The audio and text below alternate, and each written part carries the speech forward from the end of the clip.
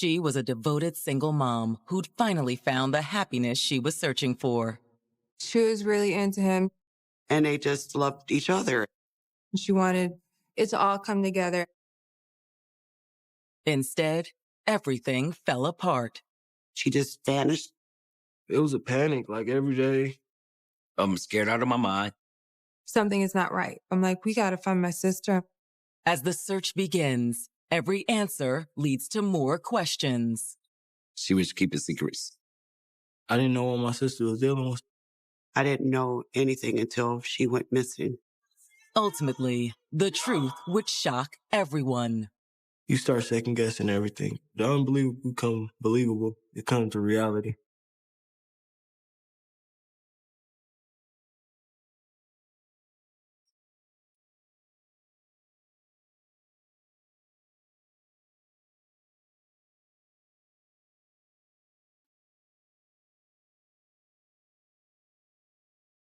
July 4th, 2017. It's Independence Day in Milwaukee, Wisconsin, and families are gathering for backyard barbecues and a few of the beers that made this hardworking city famous. And everybody looks forward to that. That's a time when most people want to kind of cut loose. For one Milwaukee family, what's supposed to be a day of relaxation and celebration quickly becomes an emergency. My youngest daughter, Maxine, she came over and she said, "Mom, something's going on." She said, "Something ain't right." So Audrey's not answering any of my calls or texts. I'm really starting to worry about her. Maxine says that her older sister, 28-year-old Audrey Scott, called her and left a message the night before, but is now nowhere to be found. Her sister kept frequent contact with her, either through phone calls or texts, and she thought it was odd she hadn't heard from her. At first, Audrey's mom isn't all that concerned, thinking Audrey had stayed out late and was resting. Can you take those outside? I said, "Oh, she could just be asleep. Wait till she wakes up or whatever." Audrey and her boyfriend, 28-year-old Sammy Miller, had gone downtown to celebrate the holiday the night before. They went downtown to just have a good time. I had her daughter, the oldest one, with me, and the little one was with her father's family. But as the long summer day grows dark and there's still no word from Audrey, her family starts to panic. That's where the uneasy feelings set in because she hasn't spoken to any one of her babies. It's very out of character for her not to talk to her kids and check on them. It was very weird. We need to find out where she at and what's going on. 28-year-old Audrey Scott had always enjoyed a close bond with family. And we were always there for each other. We don't always see eye to eye, but at the end of the day, we all come together. We might bicker and nag and fight and whatever all day long, but if one of us needs the other, we're there. Everyone has ups and downs and spats, but everyone loves each other with all their heart. Despite some sibling rivalry, Audrey always made sure her family felt loved. She made everybody feel like they were the most special. She was always making sure that everyone was taken care of. Audrey's desire to care for others extended far beyond her immediate family, too. Imagine a kid that take in puppies, and that's how she was with people. So you might come home to find a couple people who hasn't eaten in the house eating. She had a really giving heart. She'd give you her last if you needed it more than she did. Audrey's nurturing instinct had also led to her career as a certified nursing assistant working with the elderly. That's why she got into being a CNA. She wanted to help. She liked the bond that she built with her patients. She was there for them. Even though Audrey loved her work as a nurse's assistant, she longed to do more. She wanted to get a group home and work with adolescent girls because she thought that she could get through to them. She wanted to be that person that give them a listening ear. Part of Audrey's desire to help came from her own experience of becoming a teenage mother. Audrey, she had my niece when she was 14, and she had no idea what she was getting into. I don't think she meant to get pregnant, but it happened. Audrey was able to lean on family for support, But even as a teenager, she accepted her responsibility as a mother to her child. She lived at home with us, but the motherly duties, she did all that on her own. She set it up where she went to school and the baby went to daycare with her in her school. She would be really hard on herself because she couldn't be everything that she wanted to be, but she definitely got the job done. Now, at 28 years old, with 2 children and a strong career, Audrey had found her way. And her kids were very important to her. She always made sure they had what they needed. She just thought, this is something I'm supposed to do. And that's not a big deal, but it was to me. Despite all her success, Audrey had always struggled when it came to love. She wanted a husband. She wanted to settle down. And I think the young men that she was involved in just wasn't ready to go to that level yet. However, in 2015, it looked as if Audrey might have finally found the one in an old friend named Sammy Miller. He was from the old neighborhood. They went to high school together. It was Mother's Day. He contacted her over on Facebook, wished her a happy Mother's Day. And they started talking there and he took her out to eat. Then he started picking her up and meeting her and all that. And something blossomed out of it. Audrey's family seemed to approve of her new man. He was a great guy. He was taking her to church and he was nice and he was funny. Sammy also appeared to have a clear plan for his future. He was in college. He was getting his barber license. He already had it set up where he was going to be running his own shop through his cousin. Before long, their relationship blossomed into something special. After a few months, Audrey and her daughters moved in with Sammy. His aunt owned a duplex, so they lived in the lower space. They were like serious. Things were going good. But now, on July 4th of 2017, Audrey's family is scrambling to locate her after she'd spent a rare night out on the town. She went to the fireworks and she never came back. And the fact that she didn't follow up when she got home, didn't follow up in the morning, is very unlike her. Hoping it's all just a misunderstanding, the family begins making calls. We need to figure out, has anyone spoke to her before we go into full panic mode? When Audrey's mother contacts Audrey's cousin, Christina, they get a glimmer of hope. Her cousin said I was with her last night. She was downtown at a local bar, and Sammy was there. Sammy ended up getting into a physical altercation, which led to him being thrown out of the bar. And according to Christina, when she left, Audrey had decided to stay at the bar alone. Audrey stayed in the bar. Did she get picked up? Did she run into somebody she knew and maybe went with them somewhere? She would not be gone and not say anything to anyone. Something is not right.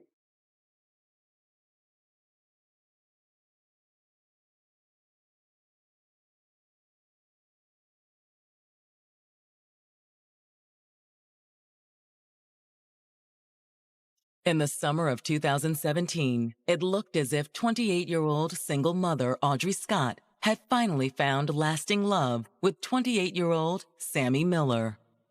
She cared for him a lot and he cared for her. And that was her dream, to have a family. They spent a lot of time together and things were going good. But now, after a night out in downtown Milwaukee, Audrey has gone missing, and her family is starting to worry. I had talked to her before the 4th of July, and then she told me he was going to the fireworks. Even more troubling, Audrey's cousin Christina has just revealed that after the fireworks, she and Sammy had left Audrey in a downtown bar alone. He gets thrown out of the bar, and she didn't leave out of the bar with Sammy. She decides to stay. As soon as Audrey's family hears that she'd been left alone in the bar that night, they begin to fear the worst. They're worried that maybe she got robbed and she doesn't have her phone. There's a lot of different concerns. And first thing the next morning, Audrey's mother contacts the police. Yes, I need to report a missing person. It's my daughter. And I'm like, I have her oldest daughter with me. She hasn't called her about her. There's something that's not right here. And you sure she had her phone? Yeah. She always has her phone with her when we have the kids. This is not like her at all. She would have answered the phone for somebody. Somebody would know that she's okay. She was the kind of person that always kept her family close and her friends close, would always be responsible and respond to messages on social media. She would also return their phone calls. Anybody we can speak to that might have seen her yesterday? Her cousin was with her at a bar last night. I guess there was some trouble there. She's here with me now. May I speak to her, please? While detectives fill out the report, Audrey's cousin Christina walks them through what happened on July 3rd, the night of the fireworks show. Audrey went down to see the Big Bang with Sammy, and then they ended up stopping in to have a drink. And the fireworks show downtown by the lakefront was actually really close to where this bar is. Inside the bar, Sammy had gone off to order drinks while Audrey made her way to the dance floor and ran into her cousin Christina. She gave Christina a hug. Hey, cousin, what you doing down here? Christina says that after meeting up with Audrey, she'd followed her cousin onto the dance floor. She's dancing with her and just having a good time. But when Sammy returned from the bar, the cousin's good time took an unexpected turn for the worse. Sammy walks past her, then he just turns around and swings and hits her with a haymaker. Christina says she don't know what went on. She just turned around and he just punched her. She don't know why. He just punched her. It was only afterward that Sammy realized his mistake. Christina dresses like a boy. She looks like a boy. My cousin got dreads, and Sammy didn't know, and Sammy got jealous. He sees what he thought was a male talking to his woman, and he was not going to stand for it. He's probably had some drinks, and without even checking in to see what's going on, he just sucker punches the cousin. And by that time, it was too late. There was a physical altercation that occurred. Bouncers were able to jump in and break it up. Christina and Sammy were kicked out of the bar. However, according to Christina, Audrey had opted to stay. So you and Sammy left her there? Yeah. She said she didn't want to stop having fun just because he messed up. Did Sammy speak to you after that? He apologized or whatever, but that was it. I went home and I haven't heard from Audrey since. Audrey said that she was going to find her way home from the bar. She decided she wanted to continue her night and have a good time. That's the last time anybody ever saw her. After listening to Christina's story, detectives' first priority is tracking down Audrey's boyfriend, 28-year-old Sammy Miller. One of our concerns was talking to him to see if he not only knew what had happened to her, maybe he had heard from her.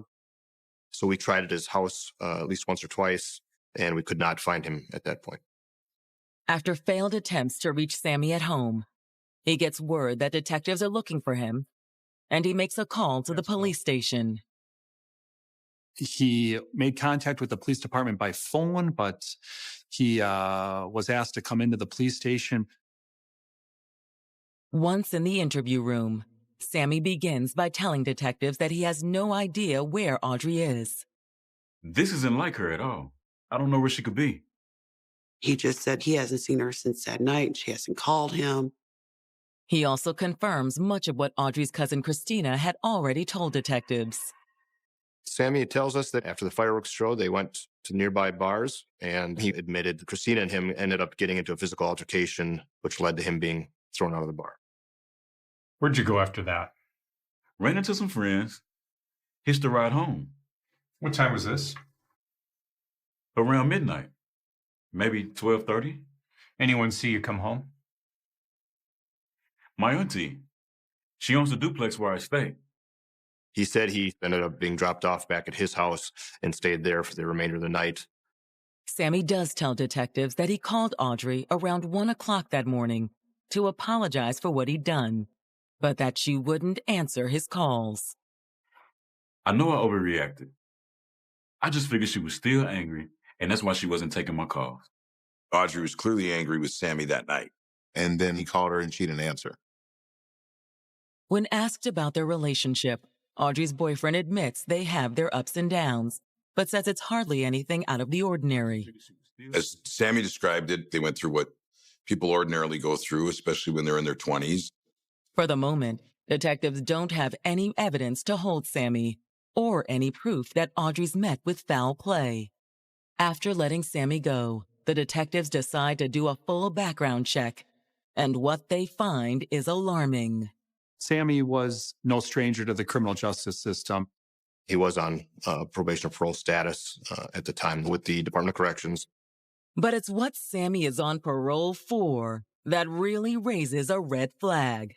He did 8 years, and I'm like, oh my God, he was in jail for murder.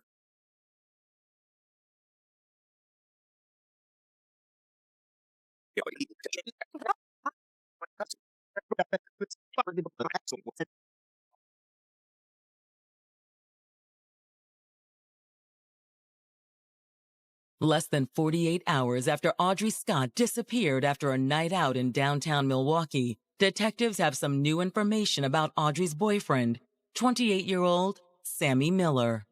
He did 8 years in prison, and it was because he killed someone in an attempted robbery. The incident occurred when Sammy was only 18. He tried to plan a robbery, and he used a firearm to commit this robbery. Person tried to turn it on him and grabbed the gun and fired him and killed him. Though convicted of murder, Sammy's age at the time of the crime and the fact that it was his first offense led the judge to show leniency toward him to serve the majority of his sentence on parole. He didn't have a criminal record in the past. He was a good student, so the judge gave him a break, but he still killed somebody. Now detectives have to wonder, could Sammy's checkered past have had something to do with Audrey Scott's disappearance? He's got a history of violence. So he was definitely a person of interest. Hoping to learn more about what really happened the night Audrey disappeared, police go to the downtown Milwaukee bar where she was last seen. We now wanted to grab as much surveillance video as possible. Footage from inside the bar appears to confirm both Sammy and Christina's accounts of what happened that night. The video from the bar showed Christina and Audrey dancing, as well as the physical fight that occurred. You see Sammy confronting them both. There's some pushing and shoving going on. Ultimately, you see then Sammy arguing with Audrey. There was some words spoken back and forth. The argument got heated. There's no audio, but looks like she was certainly yelling at him. Christina, the cousin, they kind of get into it a little bit. There's some physical altercation there. And ultimately, the bouncers at the bar put them both outside. Security cameras outside capture what happened next. Christina got into a vehicle that was parked nearby and left. Sammy is seen outside the bar, apparently waiting on Audrey. He said he stood by outside and was looking through the windows of the bar, but ended up leaving with his friends. He does not come back to the bar. Meanwhile, the surveillance video inside the bar reveals that Audrey stuck around for almost an hour. It shows her staying in the bar, her staying and dancing and things like that, in an effort to try to salvage the night and enjoy herself. What Audrey was wearing that night, that unique Green Bay Packer jersey on with the number 12, which is Aaron Rodgers, and she was wearing jean shorts. This all stood out on the video from the bar. Then, at a little before 1 o'clock in the morning, the exterior cameras recorded Audrey leaving the bar. Audrey walked off on her own, and she's last seen walking down the street from the bar's entrance. She left by herself, and nobody followed her. And that's really the last piece of footage that we have of her. What happened next and Audrey's whereabouts remain a mystery, and detectives now have to consider multiple scenarios. Possibly it was just a random act. She's a female and, she was at least somewhat intoxicated leaving the bar. I mean, it was the 4th of July weekend, so the bars would have been busy. There could be a possibility that somebody else at the bar saw what happened, saw that she was no longer with her male companion and moved in on her. Or she was walking down an alley and got assaulted. Every once in a while, we do have individuals from that area disappear. Before she went missing, there was another incident where there was a woman who was abducted from down on Water Street. Another theory is that based on where she was last seen, Audrey could have been the victim of a tragic accident. There's a river that runs through downtown Milwaukee. Sometimes people are intoxicated, and we have had missing individuals that have jumped into the river or wandered into the river and drowned. At this point, Crimes Division is calling the local hospitals to see if maybe something had happened to her. Unfortunately for detectives, the search proves to be a dead end. And with no hospital admissions fitting Audrey's description, detectives shift their focus to verifying Sammy Miller's alibi. With the police having nothing else to go on, they had to fill in the cracks in his story. Detectives begin by reaching out to Sammy's aunt, Debbie Mitchell. Sammy lived with this aunt. Sammy's aunt was cooperative from the get-go. She allowed us to come into the home. She allowed us to search Sammy's area to see if there was anything of value for us in leading to finding Audrey, but nothing of interest was found at that time. Sammy's aunt also confirms his alibi. She says that he came home at 1 o'clock and didn't leave until mid-morning that morning. Since his aunt's story puts Sammy home at roughly the same time Audrey left the bar, detectives essentially rule him out as a possible suspect. At that point, we don't have much to go on. While the search of her home produced no evidence, Sammy's aunt does give detectives not just one, but two potential leads. First, she suggests detectives talk to Sammy's friend, Larry Brown. They knew each other in prison, and they end up being like brothers. His aunt said Larry did know Audrey, and maybe Larry was jealous. The aunt had an uncomfortable feeling. She passed this on to the police. But for detectives, it's the other lead that really sends up red flags. Sammy also had another girlfriend. Her name is Natalie Martin. Natalie was involved in Sammy's life. On the side, maybe Natalie was at the bar at night and saw them together. A jealous girlfriend may have some motivation to do harm.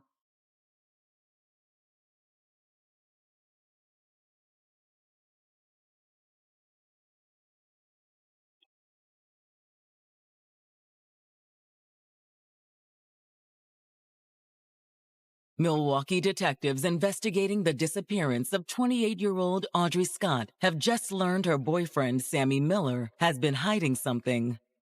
He had another relationship that Audrey didn't know about.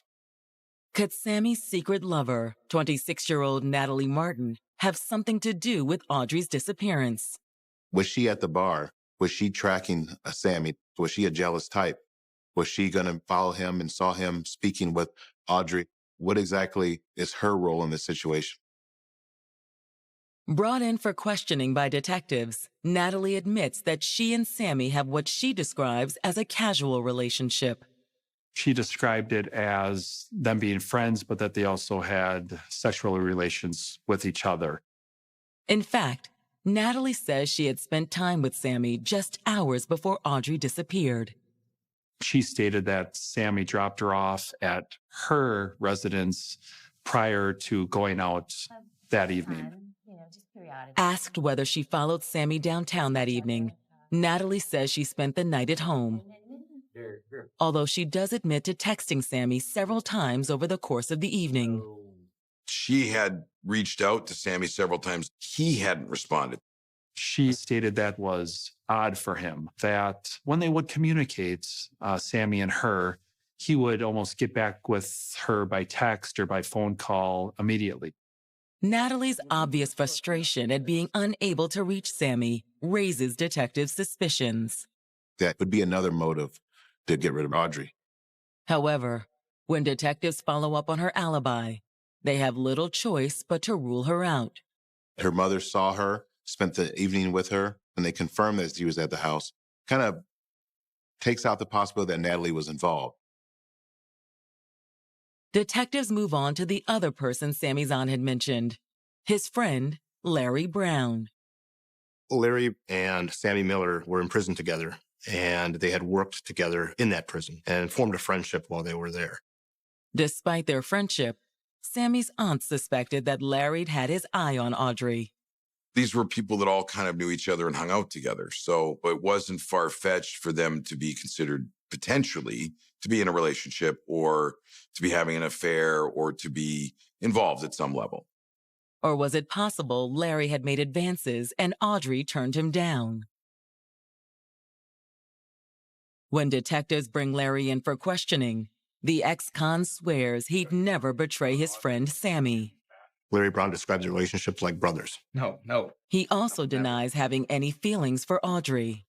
So you weren't playing Audrey behind Sammy's back? No, never. Never. Well, Larry had a girlfriend, so he wouldn't have done that. Asked where he was the night Audrey disappeared, Larry says he was home alone. But while that leaves him without an alibi, detectives have no way to connect him to Audrey's disappearance. His explanation probably was looked at with some suspicion, but they had to at least take that for face value until they got additional information. While detectives are running down leads, the family continues searching for Audrey. It was a panic, like everyday worrying, posting on Facebook. We went pounding the streets with flyers, asking door to door, had anybody seen her or anybody had any information? We were all out every day, nonstop. I wasn't going to quit till we found her. Audrey's mother isn't the only one either. Sammy was going around with different family members, helping them look. He was so concerned about my sister's well-being. Sammy and the family's efforts produce immediate results. These flyers did generate some phone calls to us saying people had seen her in the area. We were getting some people who thought they had seen her at either a local store or walking down the street. In the end, none of the tips pans out. Those were false leads, but we did have to track those down and interview those people that said they had seen her. By the end of August, Audrey's trail has gone cold, and her family begins to lose hope they'll ever find her. And we just ran out of ground to cover, and we hadn't heard anything from anyone. That's when it started. I'm like, she's not here anymore. But an anonymous tip on August 28th may finally give Audrey's family and the detectives the answers they desperately need. He calls police and he says that he has information regarding the disappearance of Audrey. They had run into a guy at a corner store in the city, and this person said he was present when Audrey was last seen and was abducted. And according to the informant, the man who'd claimed to know what happened to Audrey was none other than Sammy's old friend, Larry Brown.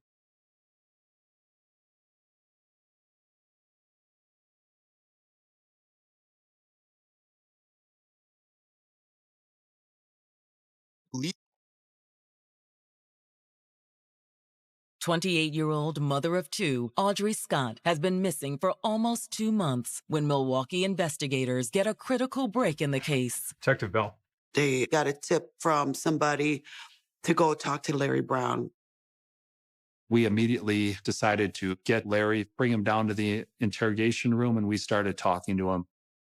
The last time detectives talked to Larry, he denied having any knowledge of Audrey's disappearance. The story is definitely evolving, but ultimately Larry wanted to tell us what happened. You need to tell us what you know. I didn't have anything to do with it, all right? Sammy caught me in the middle of the night just bugging out. Larry's news story begins around 3 a.m. on the morning of July 4th, with a sudden flurry of calls from his close friend, Sammy Miller. He ignored the first few calls, but ultimately he decided to answer the phone. And Sammy said he wanted him to come out and meet him. Larry tells detectives that he met Sammy in a nearby parking lot where he was waiting in a parked SUV. He said he noticed somebody was sitting in the front passenger seat, but couldn't tell who it was at first. Larry says it's only after Sammy told him to get in the back seat that he realized the woman sitting in front of him was Audrey. He said the only reason he knew the person in the front passenger seat was Audrey was because of her voice. According to Larry, Audrey had apparently suffered a brutal beating. Sammy beat her up. Bad. He had realized Sammy had beat Audrey to this point. Larry explains that when Sammy said he needed Larry's help, he didn't say no. Larry felt it was almost dangerous at this point to question anything that was happening. Why'd you get in the car? I knew it wasn't going to end well, but Sammy told me to get in the car. I got in. What followed, according to Larry, was a tense half-hour drive to a heavily wooded area outside of town. Larry said at this point, Sammy got out of the driver's seat and he yanked Audrey from the vehicle, and Audrey fell onto the ground. He describes her as begging for her life. He describes her telling Sammy that, I have kids, please don't kill me. Larry said he stood by the car, not really sure about what was going to happen. Larry says that while he stood stunned by what he was witnessing, Sammy had hauled Audrey to her feet. Sammy then forces her into the wooded area approximately 20 to 30 feet from the road, remains out by the car, but after a short time, he can hear one gunshot. And then Sammy walked out of the woods back to the vehicle. Did you see him shoot her? No. He walked out there with her. I heard the shot. He came back alone. They get back in the car and they drive to Milwaukee.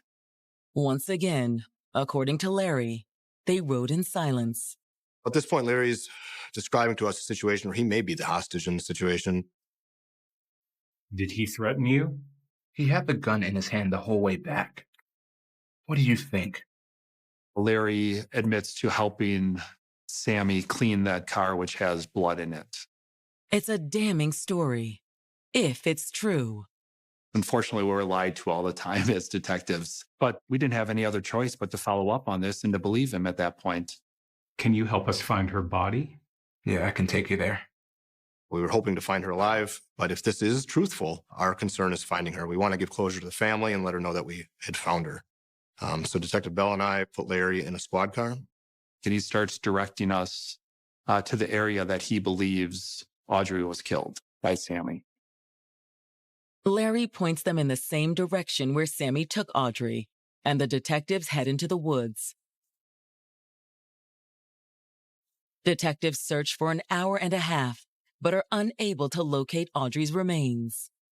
We had to consider the fact that maybe Larry had made this up to make it seem like he was being cooperative.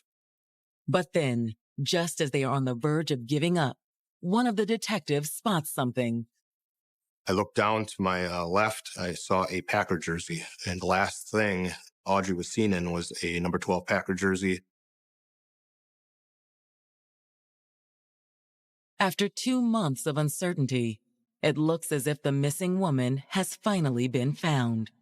This is a full almost 8 weeks later, so her body is decomposed. They essentially found bones, jean cutoff shorts, and an Aaron Rodgers jersey. The clothing was key. That's how we really knew that that was Audrey.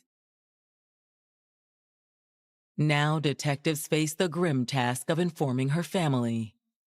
When they came to the house, I don't remember much. Everything went into a fog. Now we know 100% she's gone. There's no hope. None. That was the most devastating blow. And breaking the news to Audrey's daughters is one of the hardest things her family has ever had to do.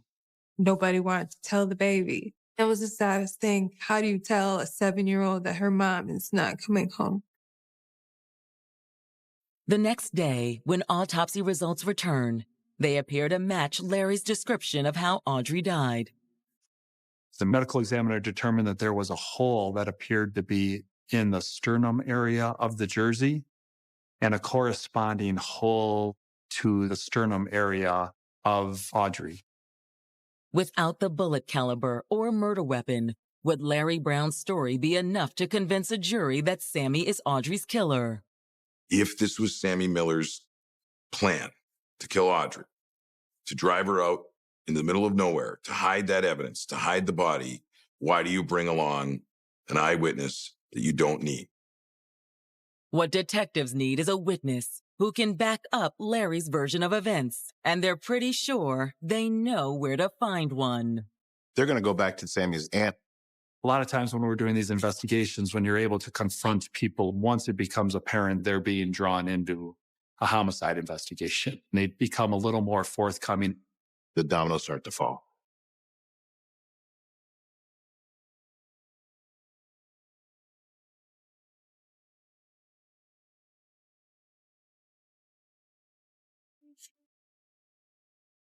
Two months after 28-year-old mother of two Audrey Scott disappeared after a night out on the town, an ex-con named Larry Brown has just identified Audrey's boyfriend, Sammy Miller, as the man who shot her and left her body in the woods outside Milwaukee. Her final words was, "What about her kids?" That was her final words. And that couldn't even sway him. He was an evil monster. But before they make an arrest, detectives need more proof that Sammy actually pulled the trigger. If you believe Larry's story, Sammy went out of his way to leave an eyewitness. It doesn't make any sense to me at all. If you had a plan to kill her, to drive out and do it with your best friend there. Hoping to find a crack in Sammy's alibi, detectives bring in Sammy's aunt, Debbie Mitchell, for another round of questioning.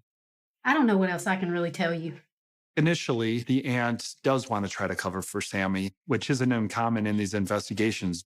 Debbie previously told detectives that Sammy had spent the night at home, but once detectives reveal what they know, her story begins to change.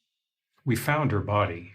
He beat her up and shot her to avoid going back to prison. We have a witness that confirmed all of this. We know you're trying to protect him, so it's time you tell us the truth. This time, Sammy's aunt says that after coming home from the bar at 1 a.m., her nephew didn't go to bed as she'd initially claimed. Instead, he asked to borrow her SUV, the same vehicle Larry said Sammy was driving that evening. This wasn't uncommon for her because Sammy would borrow the car from time to time. She gives him the keys. Sammy's aunt says he'd returned the next morning. And then she adds another detail that matches Larry Brown's account of the murder. When Sammy returned the car that was cleaned, I should have told you before. I didn't really want to believe that he would do this. After Sammy's aunt tells all, detectives are confident they have enough to make an arrest. Sammy was brought into the downtown police headquarters to be interviewed. During the interview, detectives reveal that Audrey's remains have been found. At that point, Sammy immediately requested to have a lawyer. Detectives counter Sammy's request by booking him on murder charges. Getting a formal charge on Sammy Miller for this case is rewarding for us. But again, the big piece of this was finding Audrey. And I think that really is the goal, to provide the closure for the family to put their loved one to rest. But for Audrey's family, the alleged killer's identity comes as a horrible shock. I just wanted to hurt him. I wanted to hurt him. I was so upset. I just don't understand how somebody could live with someone, be in the household, see their kids every day, and then take their mother away from them. There's an even bigger shock coming for Audrey's family when they learn that Sammy's an ex-con already on parole for murder. I didn't know when my sister was dealing with someone like that, a monster like that. Regardless if it was a botched robbery or this judge thought that he was this good kid led astray, he should have done more time. 8 years for a life was ridiculous. And if he only gets 8 years for what he did to my sister, I don't know, I think the whole family would go insane. He a demon. And he needed to be locked away forever. When Sammy's trial gets underway in May of 2018, the prosecutors contend that Sammy's past is what motivated him to kill again. He's physically assaulted Audrey. He knew he was going to be in trouble. He killed her because he didn't want to go back to prison.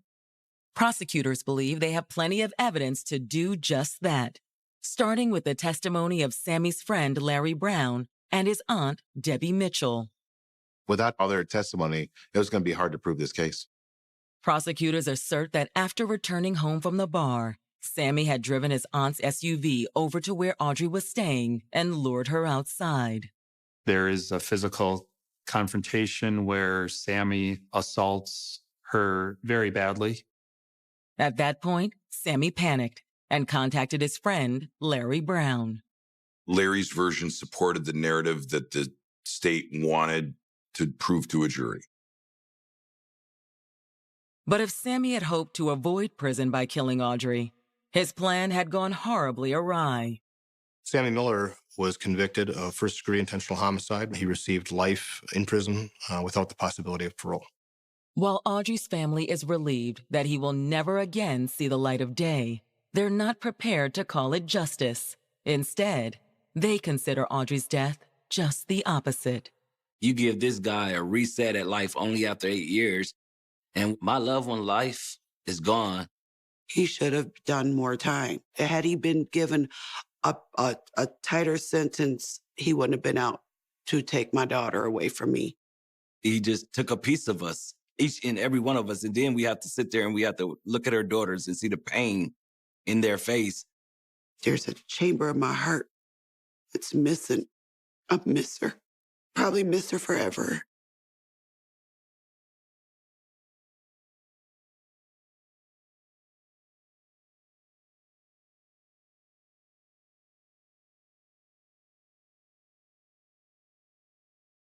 Didn't just want an office, he wanted a life.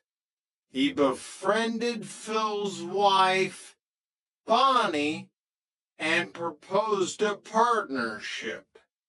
A high-end interior design firm called Trade Secrets. He used the Sperry name like a skeleton key, opening doors at high-end clothing stores like Sullivan's.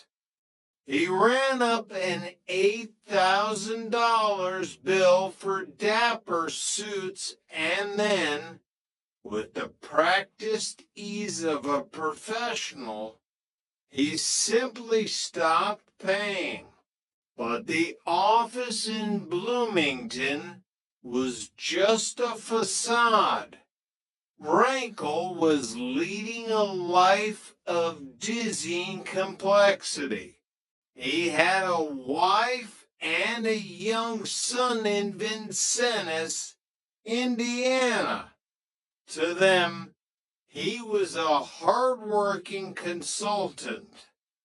But from Thursday to Saturday, he vanished. He told his family he was on business trips to Chicago or St. Louis. In reality, he was driving to Bloomington to see a girlfriend named Donna Hewins, a waitress he'd met at a topless bar.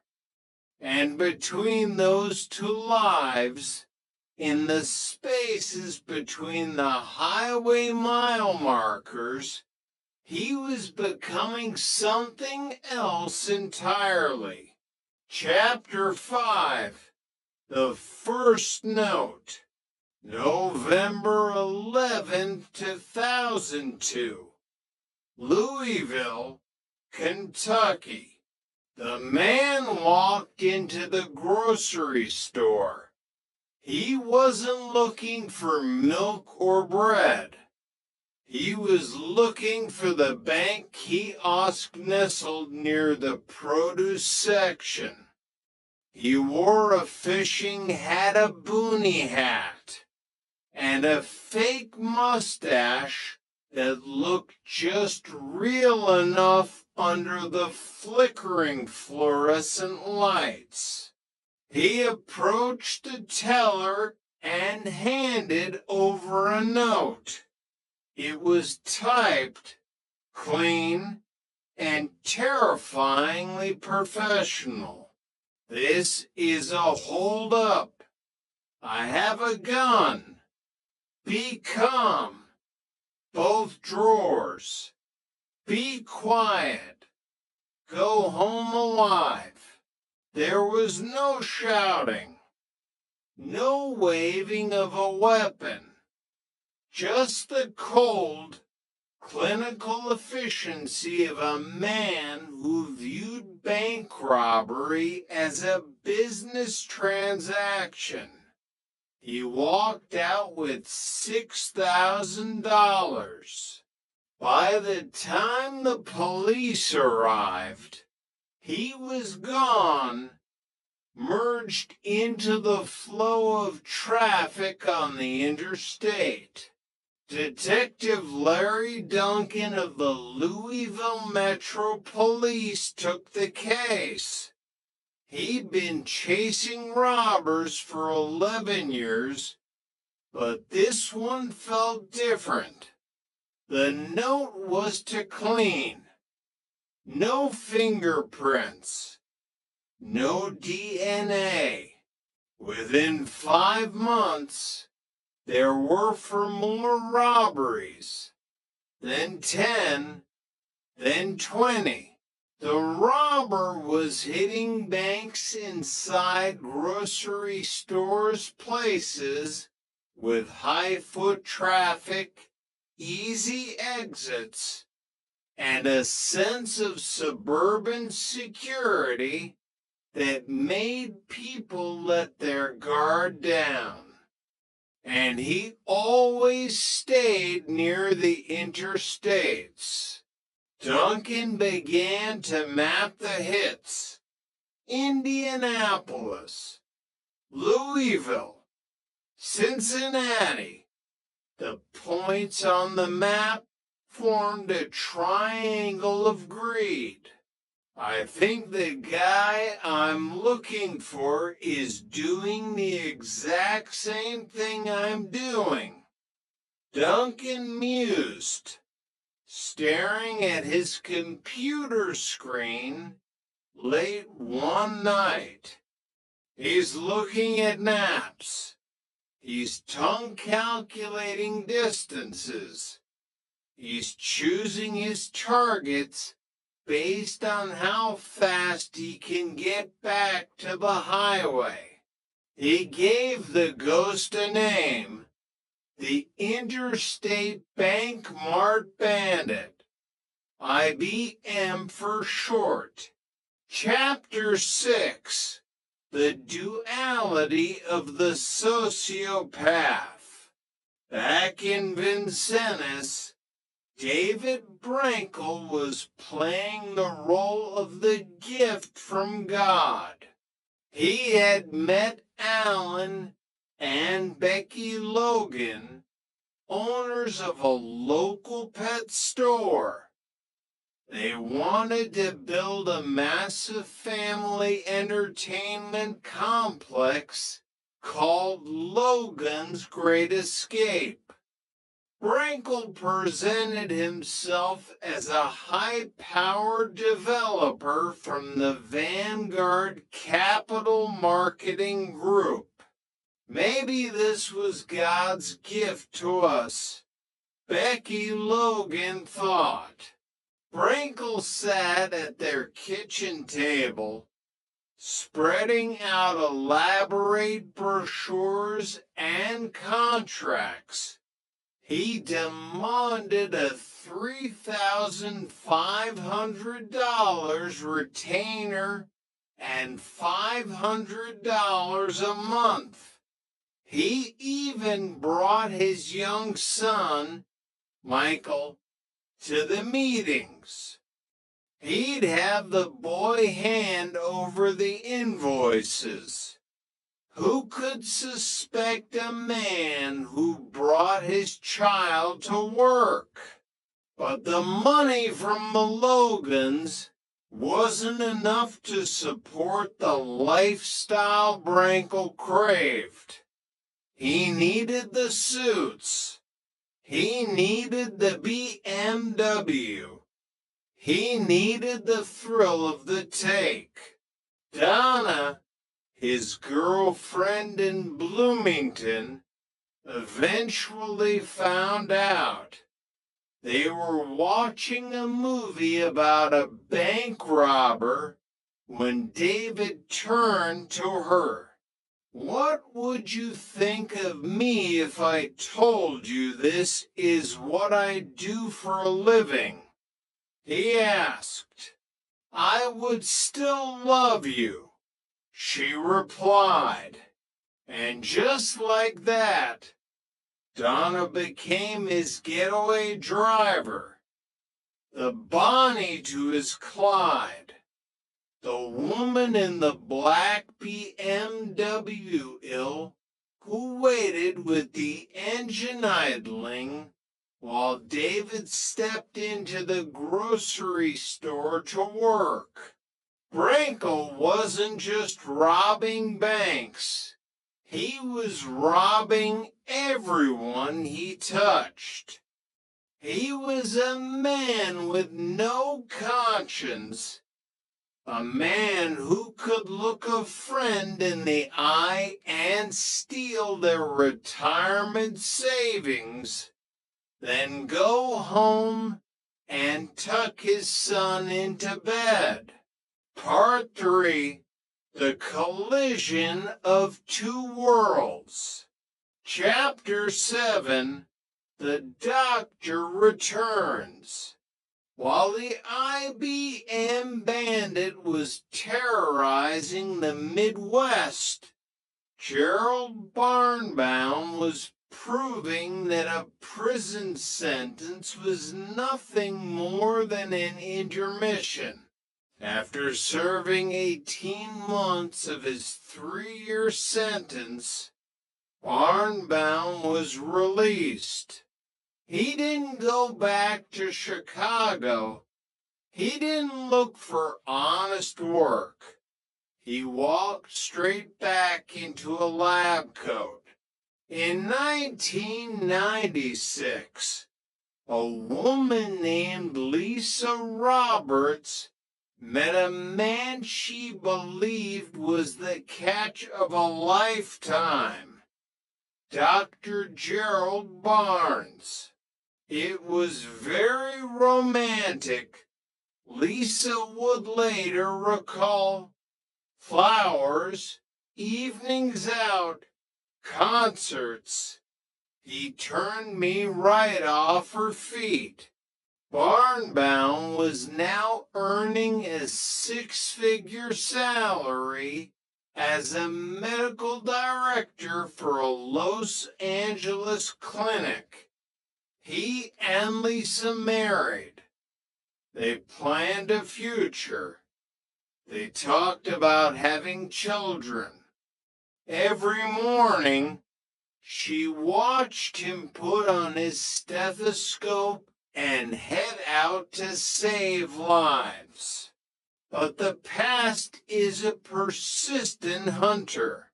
At an industry Christmas party, Rick D'Alessandro, the man who had exposed Barnbaum 16 years earlier, was wandering through the crowd.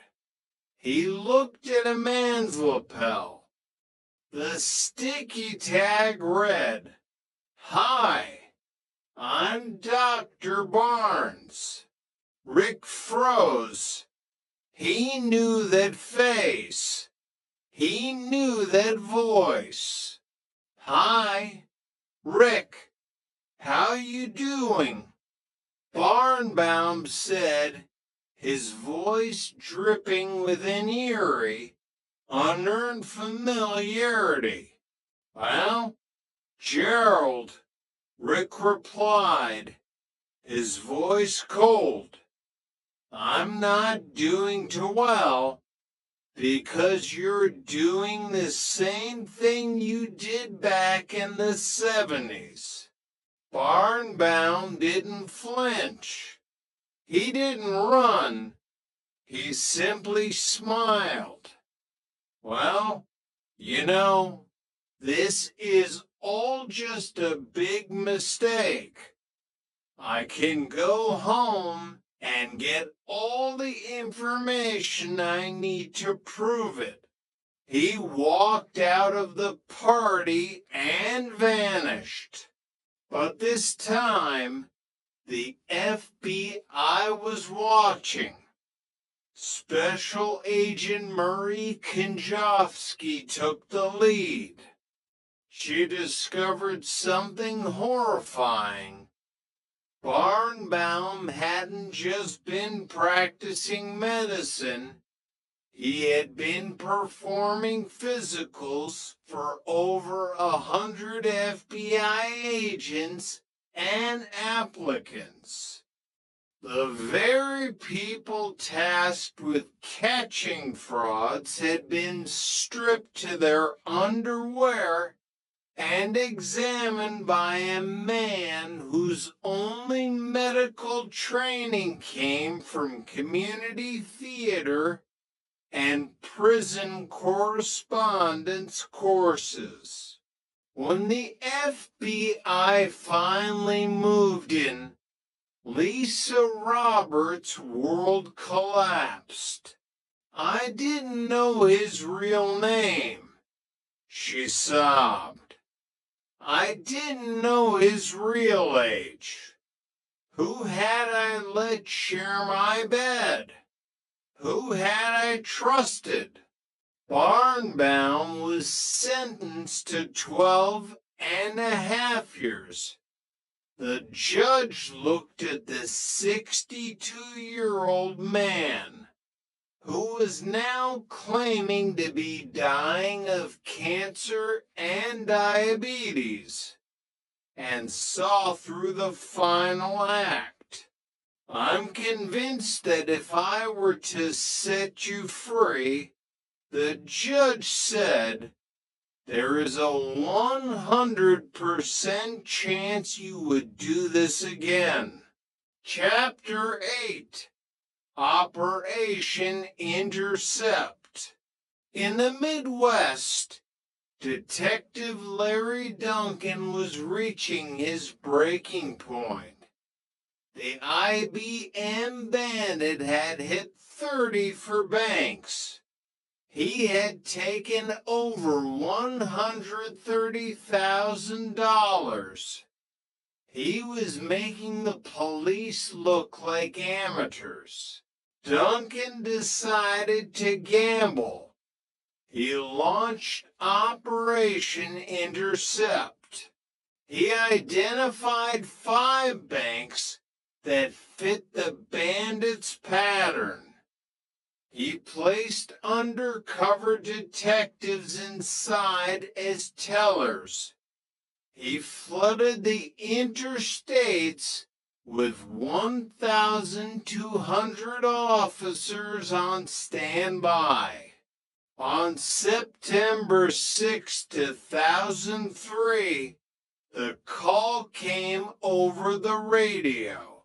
Operation Intercept. Bank robbery in progress. The sergeant's voice was too loud, too panicked. Duncan, listening from his command post, put his head in his hands. Brankel, sitting in his car with his police scanner, heard every word.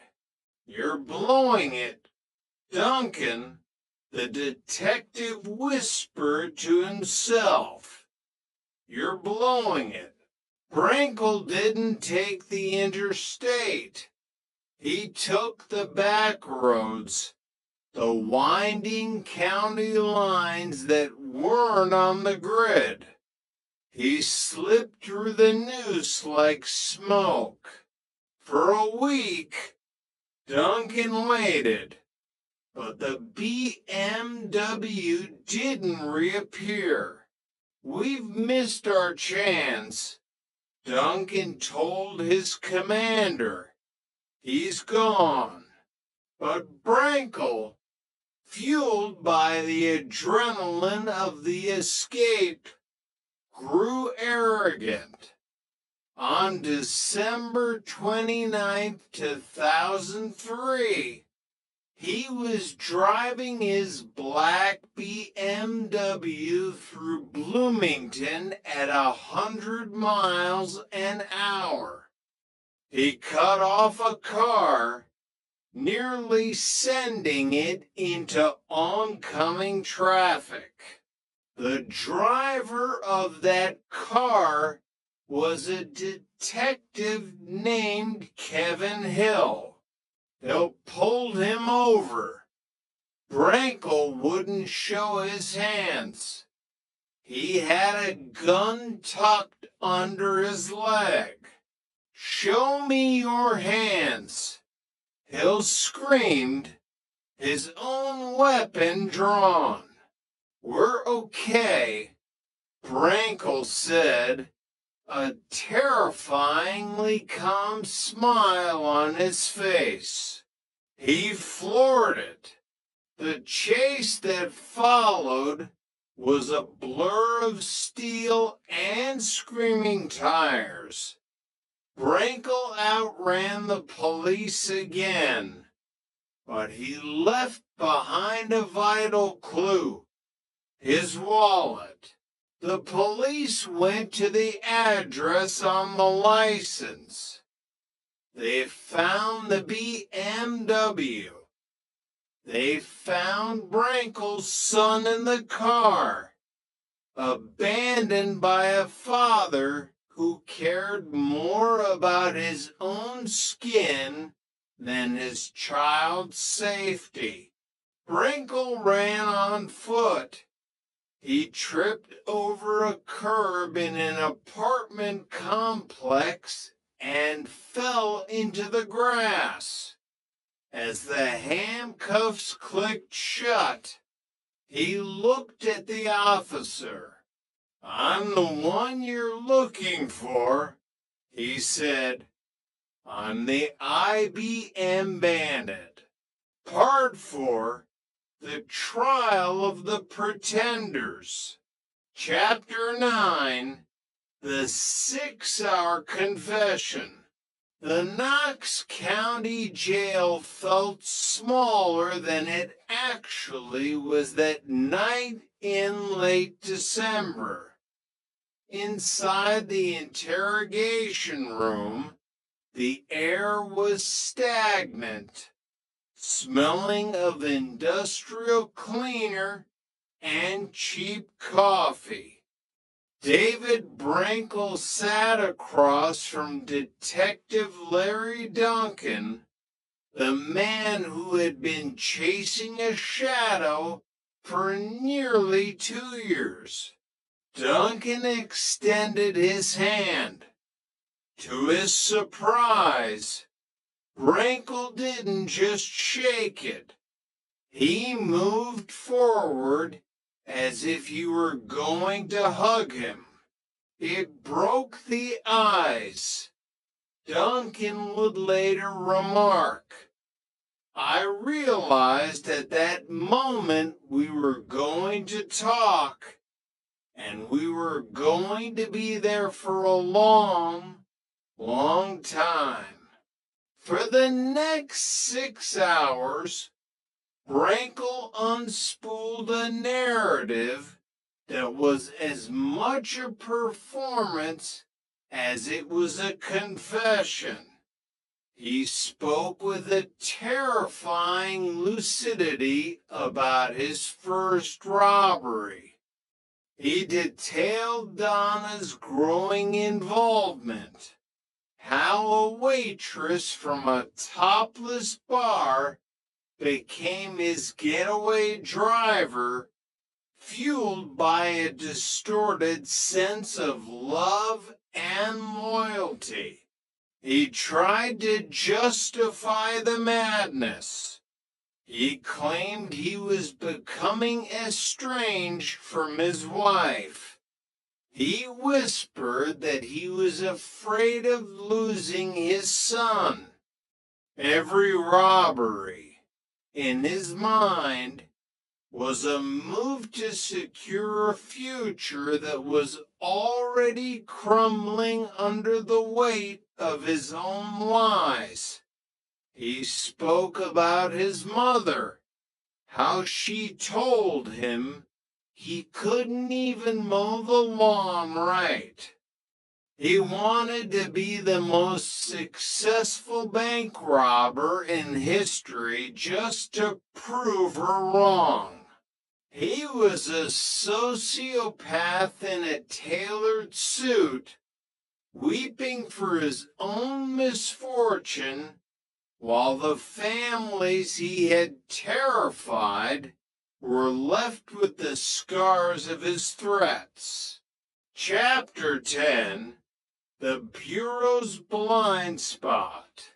While Brinkle was detailing his 43 robberies, the FBI was conducting a different kind of post-mortem.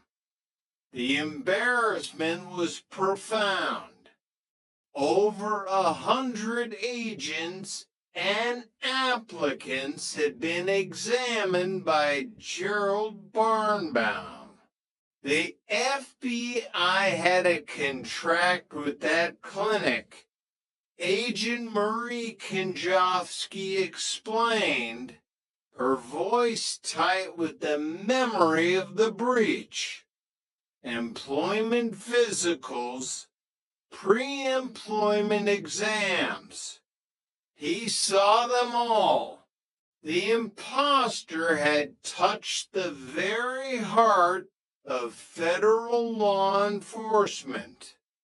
He had prescribed controlled substances. He had made medical determinations that affected careers. And he had done it all using a stolen license that a simple phone call could have verified.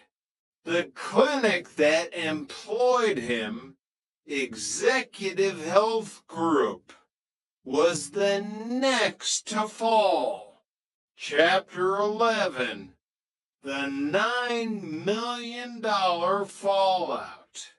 Carl Jansen was an executive at the Atlantic Richfield Corporation. He was a man who appreciated precision and professionalism. When he went to Executive Health for his annual medical exam in 1996, he was greeted by the charming Dr. Barnes. He was very personable, Jansen remembered. Professional. He went through the blood work, the vitals, even a prostate exam. Jansen had no reason to doubt. Until the next evening, when he turned on the news and saw his doctor in handcuffs. "Ho," Jansen said, his voice dropping as he watched the screen.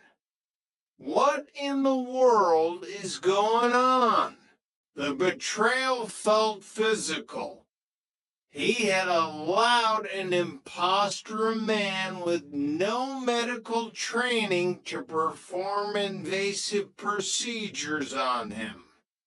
He joined nearly 500 other patients in a civil lawsuit led by attorney Diane Goldman. The investigation into the lawsuit revealed a shocking lack of diligence. Executive Health Group had failed to do the bare minimum. Had they checked his history, they would have found the felony convictions, the prison time, and the trail of dead and damaged patients Barnbaum had left in his wake. The company denied liability, but the weight of the evidence was crushing. They settled for over $9 million. The clinic, once a symbol of executive wellness, collapsed under the weight of the scandal and went out of business. Chapter 12, The Never Was. For Lisa Roberts, the man she married was no longer Gerald Barnes. He wasn't even Gerald Barnbaum. He was the never was. It was always about greed, Lisa said, her voice hollow. Greed for him. Greed for the companies that hired him and looked the other way. Greed for the people who fired him but said nothing to the next employer. She watched as the man who had shared her bed stood before a federal judge at 74 years old. He looked weak. He looked old. But those who knew him knew better. His age won't make any difference. One investigator warned. He can be a semi-retired physician. No doubt when he walks through those prison doors in 2018, he will be a physician again. The white coat wasn't just a disguise for Barnbaum. It was his skin. Without it, he was nothing. And he refused to be nothing. Part V, the absurdity of escape. Chapter 13, the bus ticket to nowhere. In the year 2000, the American penal system committed an error so egregious it bordered on the slapstick. Gerald Barnbaum, the man who had successfully stolen a doctor's life for decades, was scheduled for a transfer. He was to move from one federal facility in California to another in Illinois. The bureaucracy, perhaps blinded by his elderly appearance or his claims of failing health, decided he was a low-security inmate. They didn't put him in a secured van. They didn't shackle his ankles. They gave him a bus ticket. I learned that. He was given a bus ticket and allowed to travel on his own. Agent Marie Konjovsky said, her tone one of disbelief. Barnbaum, the master of the vanishing act, took the ticket and simply didn't show up in Illinois. For a month, he was a ghost again. But he didn't run to Mexico or disappear into the mountains. He went back to the only stage he knew. U.S. Marshal Joseph Exner finally tracked him down. He wasn't in a hideout. He was in a North Hollywood clinic. When Exner stepped inside, he saw a man in a white coat with a stethoscope around his neck. It was Barnbaum, seeing patients as Dr. Gerald Barnes once again. You guys are good, Barnbaum remarked with a chilling calmness as Exner turned him around to click the cuffs shut. He hadn't even changed his name. He was so deeply entwined with the fiction of Dr. Barnes that he couldn't imagine being anyone else. Even as a fugitive, the lure of the clinic was stronger than the fear of the cell. Chapter 14, The Architect of Ruin. While Barnbaum was playing doctor in Hollywood, David Brinkle was finishing his masterpiece of destruction in Vincennes. Alan and Becky Logan weren't just business associates. They were victims of a profound psychological heist. Brinkle had studied them, known their dreams of Logan's great escape, and used those dreams as a weapon. Sunday through Wednesday, he was the family man, the reports noted.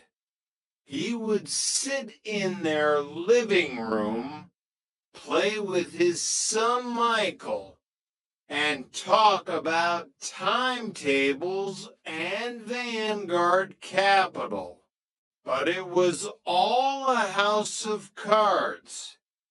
The $3,500 retainer, the $500 monthly consulting fees, it was blood money taken from a family pet business to fund his life as the IBM bandit. When the truth finally came out, the Logans were left with more than just financial loss. They were left with the realization that they had invited a monster into their home. A man who used his own child as a prop for a con. He had absolutely no conscience, Becky Logan said. The gift from God had turned out to be an architect of ruin. Part 6, The Legacy of Shadows. Chapter 15, The Daughter Left Behind. In the blizzard of headlines about phony doctors and interstate bandits, the smallest voices are often the most heartbreaking.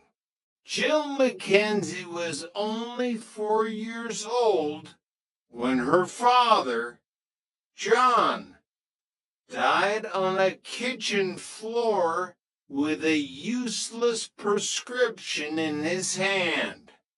She grew up in a world where her father was a memory stolen by a man in a lab coat. He was a nice young man with a lot of life ahead of him. The family mourned. For Jill, justice wasn't a prison sentence. It couldn't be. No amount of years in a cell could replace the father who should have been at her graduation, her wedding, her life. Barnbaum didn't just steal an identity, he stole a future. And then there was the real Dr. Gerald Barnes in Stockton.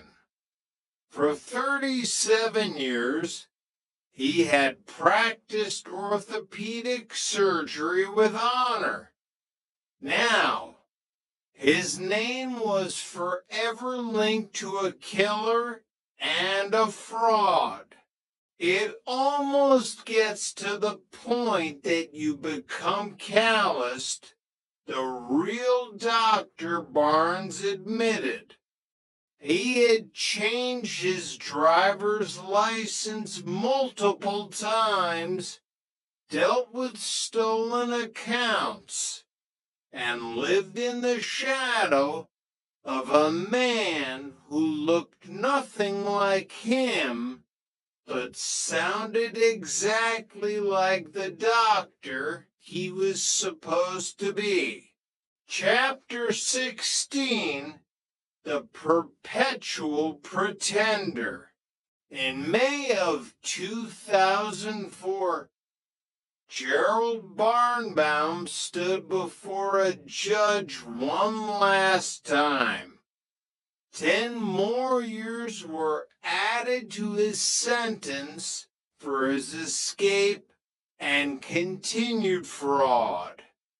He had built insurance claims of over $5 million. He had fooled the FBI. He had outrun the bus. But as he was led away, the question remained. Why? It wasn't just the $100,000 a year. It was the power to decide who lived and who died, the power to be looked at with reverence. David Brankel, too, sat in his cell, ordered to pay $175,000 in restitution he would never have.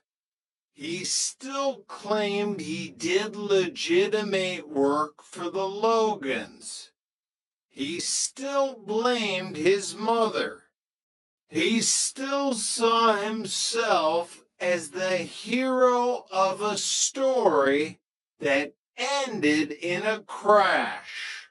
The masks were off, but for these men, there was nothing underneath. Only the void of the next lie. Part 7, The Unseen Scars. Chapter 17, The Waitress's Gamble. Donna Hewins was never supposed to be a criminal.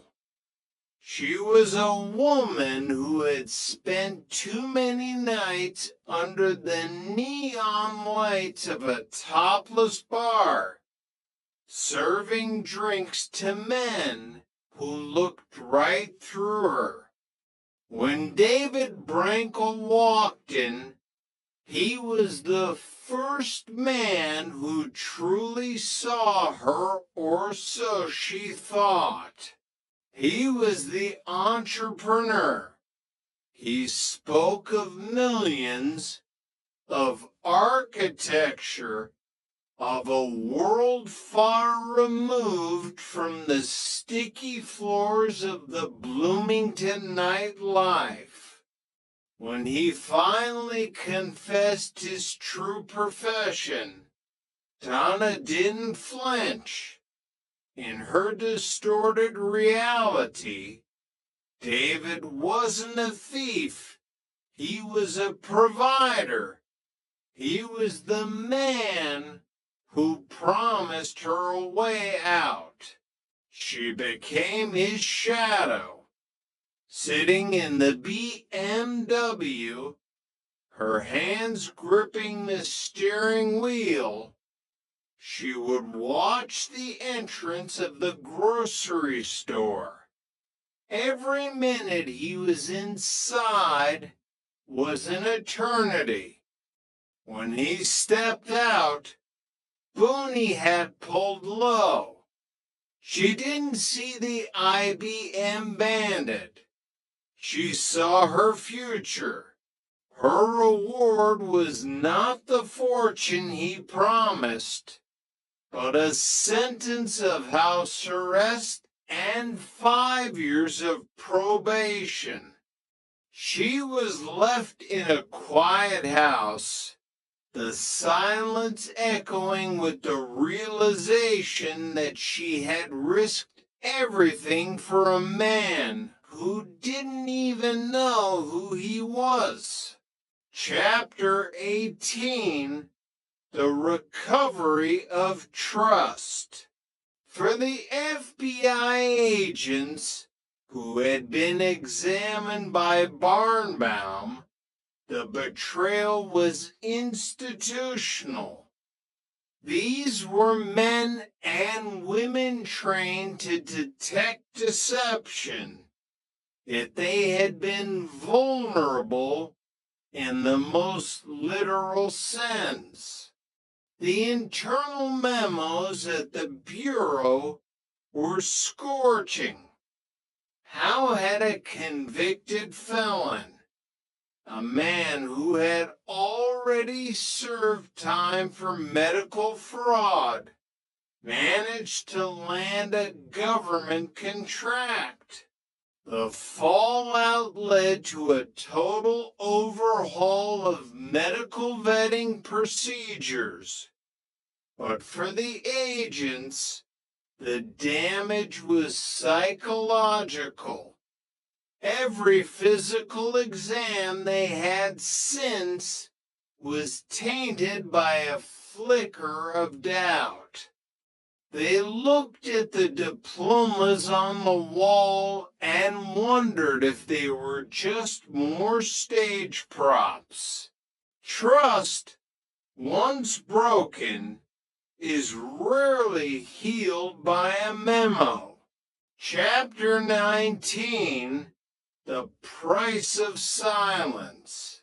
Perhaps the most tragic aspect of Barnbaum's decades-long career was the silence of those who knew.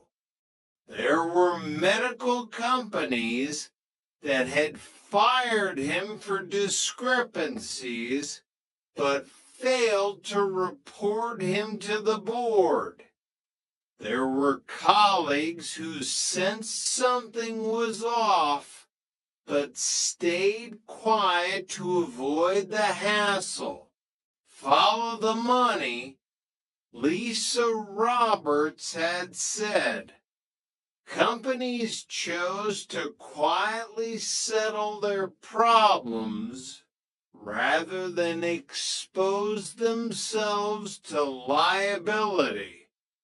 Their silence was the oxygen that allowed Barnbaum to breathe. Every time a clinic fired him without a report, they effectively handed him a new white coat and a fresh set of victims. In the corporate world of medicine, reputations were more valuable than lives. Until the $9 million settlement made the cost of silence finally exceed the cost of the truth. Part 8, The Roots of Deception. Chapter 20, The Chicago Genesis. Before he was Dr. Barnes, before he was the medical director, Gerald Barnbaum was a pharmacist in Chicago with a chip on his shoulder the size of the Great Lakes. The year was 1975. And the city was a concrete maze of grifters and politicians, often indistinguishable from one another. Barnbaum worked behind a glass glass counter, dispensing pills and listening to the stories of the sick. But he felt he was more than a glorified shopkeeper. He felt he deserved the reverence usually reserved for the men in the consultation rooms. He began his first real grift, a Medicaid scam. It was small-time double billing, ghost prescriptions, but it was the first time he tasted the adrenaline of a successful lie.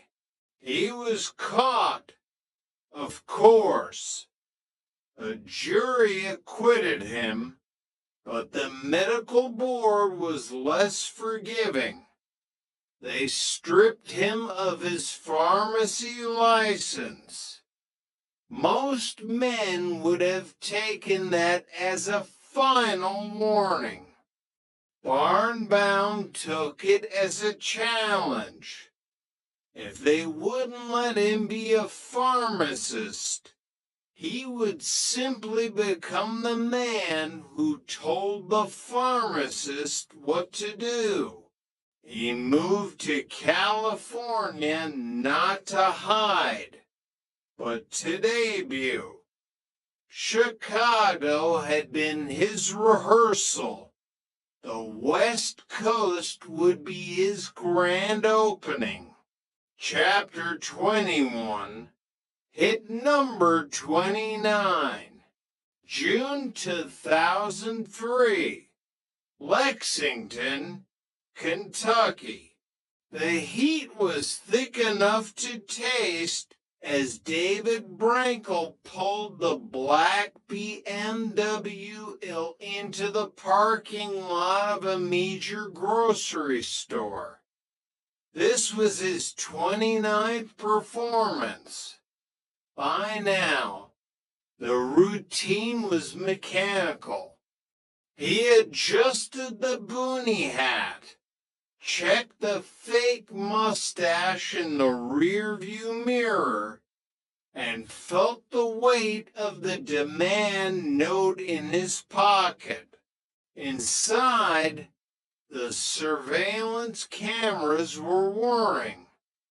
Brankel walked toward the bank kiosk, his heart a steady, cold thrum. He wasn't afraid. He felt invisible, a ghost haunting the interstates. This is a hold-up. We are listening. We have a scanner. He added the detail about the scanner to the note to chill the tellers. It worked. He walked out with a bundle of cash, merging back into the afternoon traffic. But he didn't notice the lens of a distant camera catching the rear of his BMW as it swung toward the highway. That one image, blurry and distant, was the first real crack in his armor. The Interstate Task Force finally had a vehicle. They had a late 90s model four-door BMW. They had a signature, and they were starting to close the gap.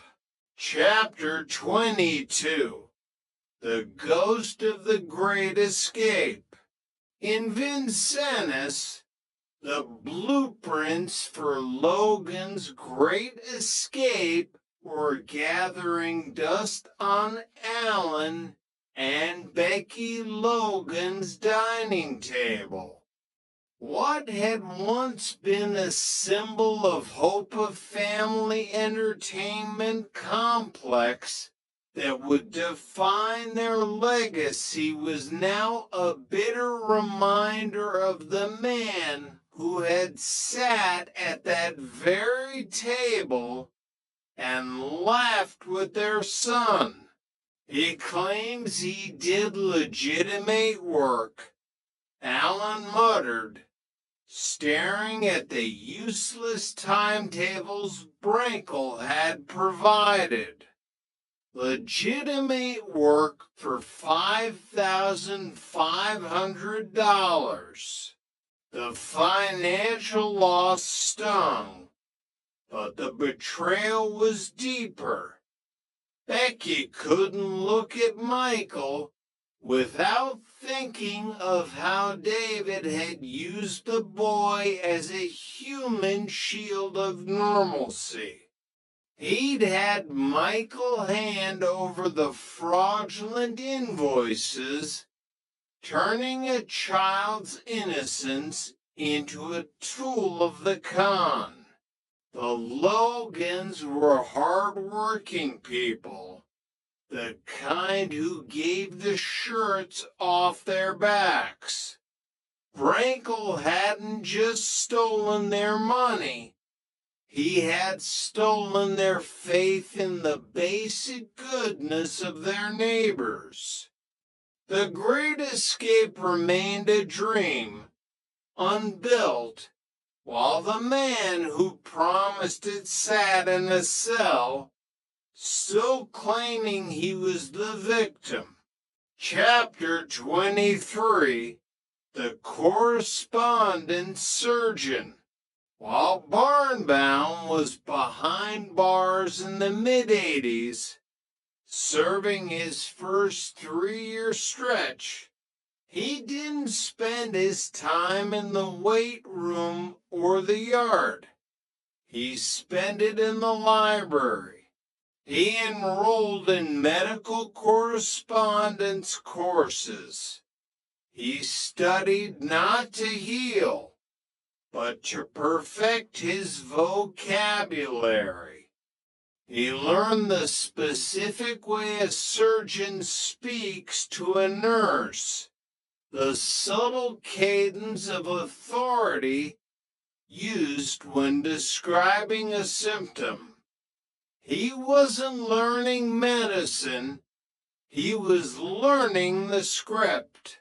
Every time the prison gates opened, he didn't just walk out a free man, he walked out a better doctor.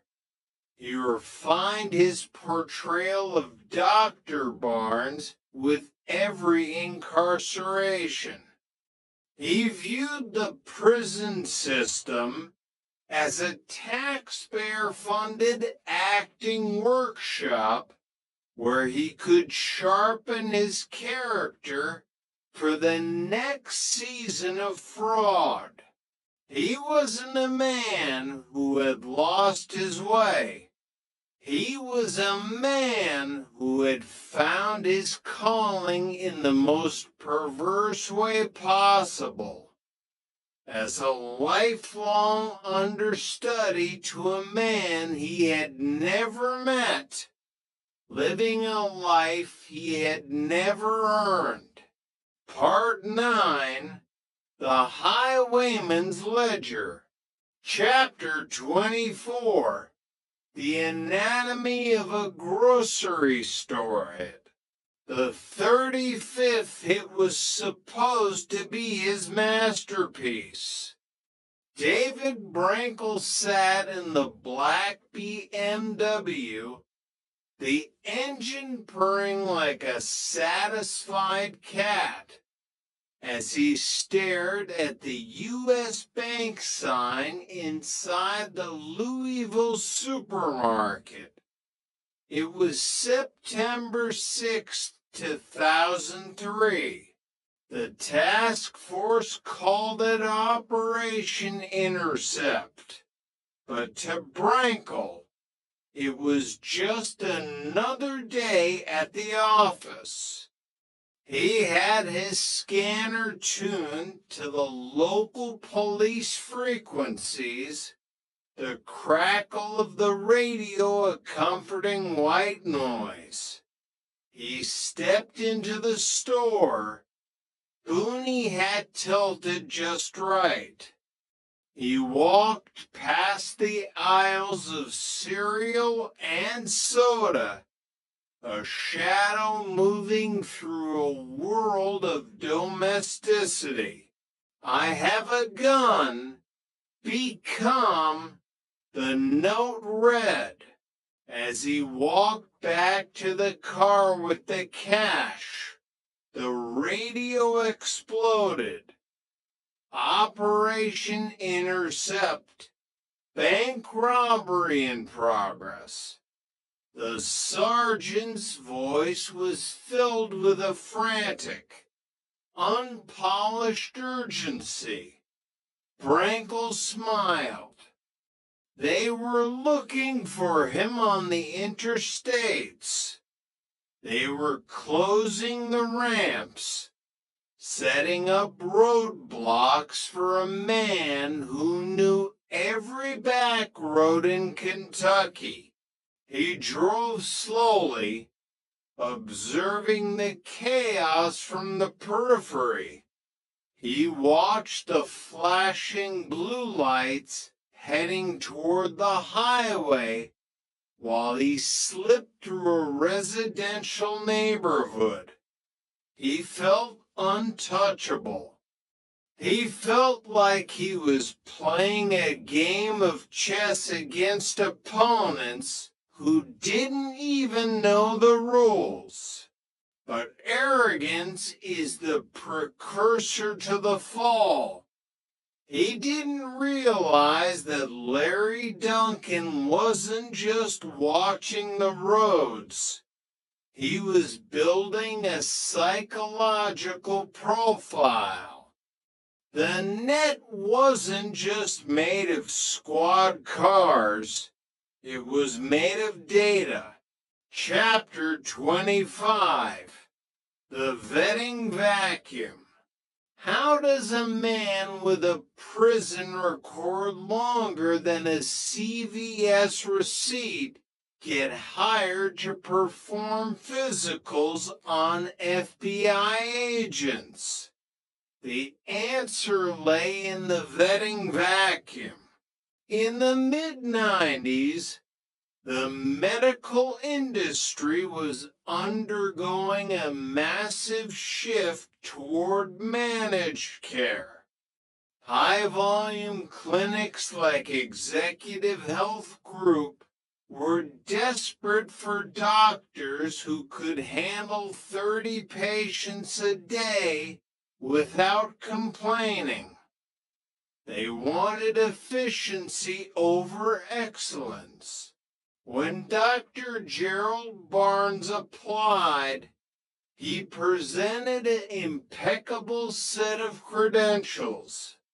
He had the license number of a respected surgeon. He had the vocabulary. He had the charm.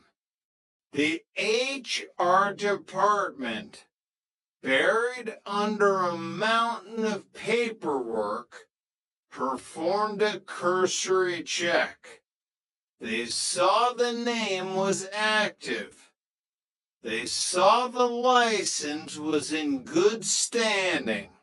They didn't check the photo.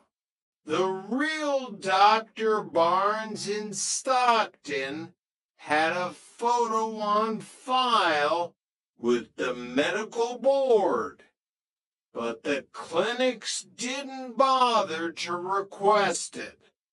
They assumed that a man wearing a white coat and carrying a stethoscope must be who he says he is.